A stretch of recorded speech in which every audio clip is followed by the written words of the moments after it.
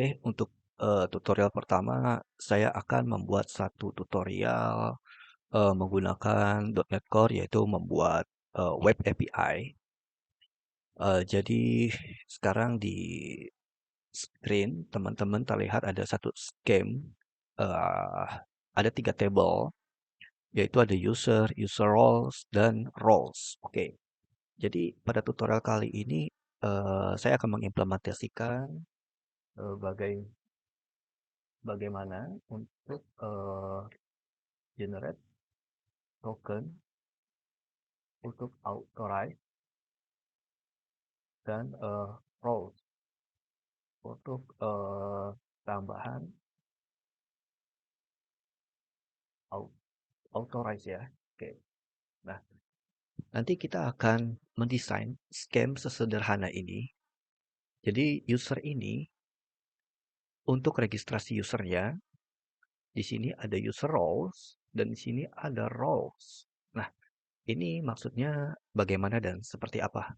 Baik, di sini ketika nanti user registrasi, mereka akan menginput username-nya itu berupa email, dan passwordnya kita akan encrypt. Encryptnya kita menggunakan encrypt salt, dan setelah itu yang hash. Oke. Nah, nanti kita bikin satu action untuk mengenerate token. Nah, tokennya ini, providernya itu dari mana? Yaitu kita akan menggunakan JWT Web Token. JWT Web Token. Atau singkatannya itu JSON Web Token. Atau yang bisa lebih kita kenal itu dengan JavaScript. JavaScript object ya, object nation, object notation, object notation.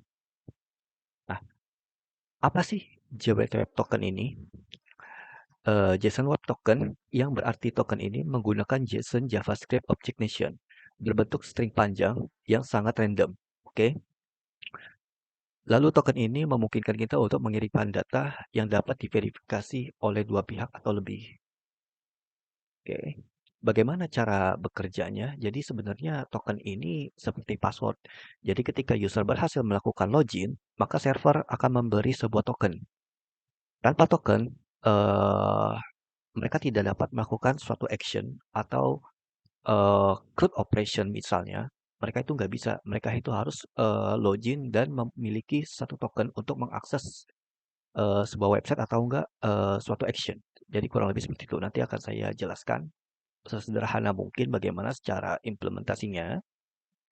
Nah, nanti token tersebut akan disimpan oleh user pada local storage atau cookies browser. Nah, untuk implementasi kali ini, token tersebut akan saya simpan di local storage, yaitu ada di sini, ada di dalam token ini. Ketika user berhasil login, nanti akan masuk ke dalam token ini berupa string panjang. Lalu di sana nanti akan ada start token session berupa kapan token itu tergenerate, tanggal dan waktunya, dan juga end session token tersebut. Misalkan di sini tokennya itu tergenerate sekarang tanggal 11 Februari misalnya. 11 dan selesainya itu tanggal 12. Ketika nanti token itu sudah habis masanya, token itu tidak dapat dipakai lagi. Jadi user itu harus login dan untuk mengambil token baru. Seperti itu. Nah, untuk itu user akan mengirimkan balik token yang dikasih di awal tadi sebagai bukti bila user ini sudah melakukan login. Sekarang kita lihat struktur seperti apakah JSON Web Token itu. Nah, nanti kita akan menggunakan ini, dan ini adalah struktur dari JSON Web Token, yaitu ada header, ada payload, dan signaturnya. Oke. Header ini biasanya terdiri dari dua bagian, yaitu jenis token, yaitu JWT itu sendiri, dan algoritma penandatanganan yang digunakan seperti HMAC, SHA256, atau RSA. Seperti ini ya. Nanti kita akan menggunakan yang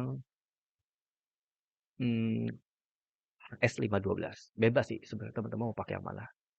Dan nanti kita akan menggunakan secret code ya untuk memperkuat security daripada token itu sendiri. Oke.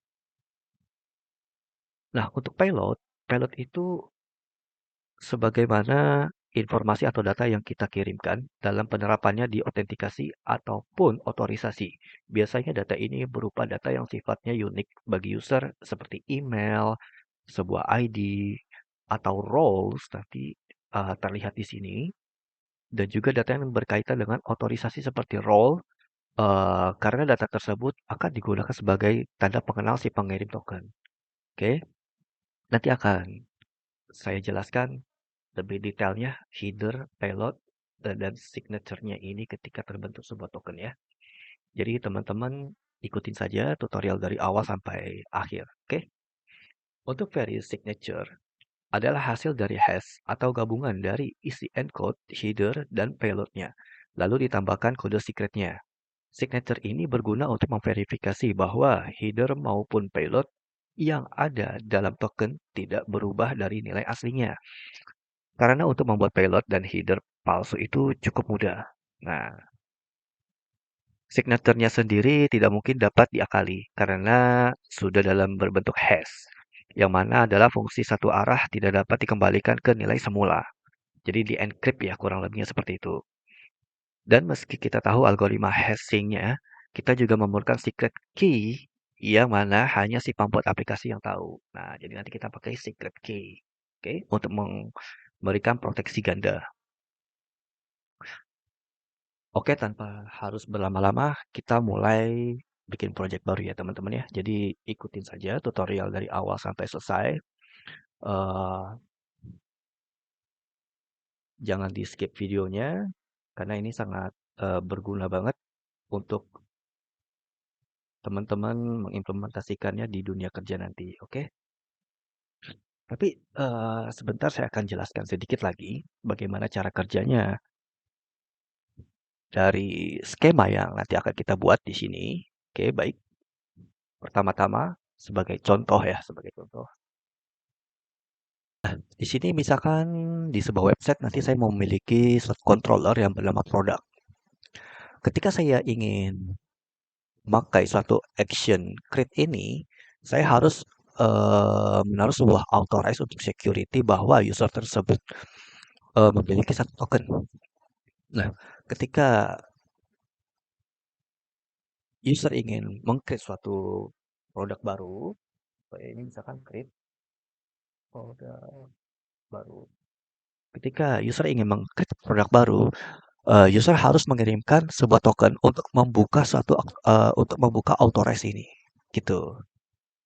Nanti token yang tersimpan untuk membuka akses ini. Nah, selain itu juga ada masa expirednya, oke? Nah, tentunya untuk mendapatkan authorize ini, user tersebut harus login dulu. Makanya nanti kita buatkan satu table untuk registrasi user. Nah, untuk roles, setiap user akan memiliki roles yang berbeda-beda. Atau satu roles dimiliki oleh banyak pengguna. Nah, di sini ada satu table user roles yang sifatnya many to many. Jadi nanti ada satu user mempunyai banyak roles dan sebaliknya roles ini dimiliki oleh banyak user. Contoh,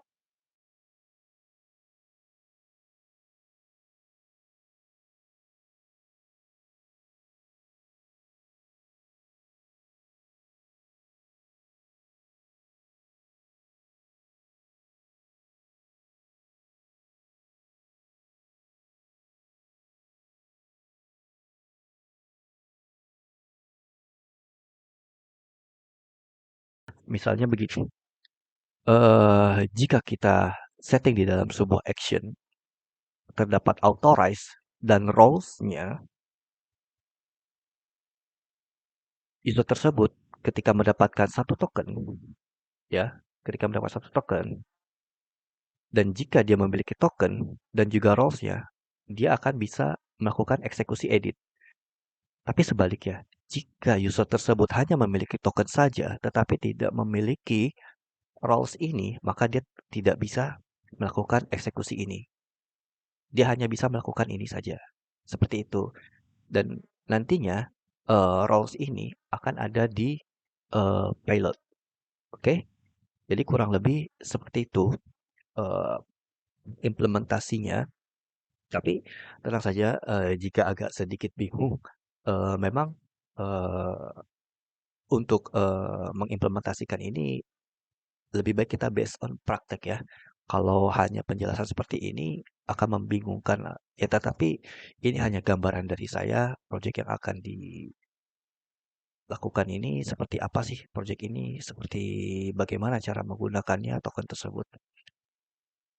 Tetapi untuk tutorial kali ini, saya tidak menggunakan user identity, saya menggunakan user manual atau setup user manual. Untuk kedepannya, saya akan mengimplementasikan juga bagaimana menggunakan identity user. Tenang saja. Jadi untuk yang pertama, kita akan melakukan satu project sampai selesai eh, user ini. Oke. Oke, jadi itu saja dulu penjelasan dasar untuk project web API untuk generate token menggunakan JWT token dan ikutin terus channel ini part by part sampai selesai dan jangan lupa share ke teman-teman, jangan lupa untuk di-subscribe untuk mendukung terus channel ini. Oke, sampai bertemu di session berikutnya.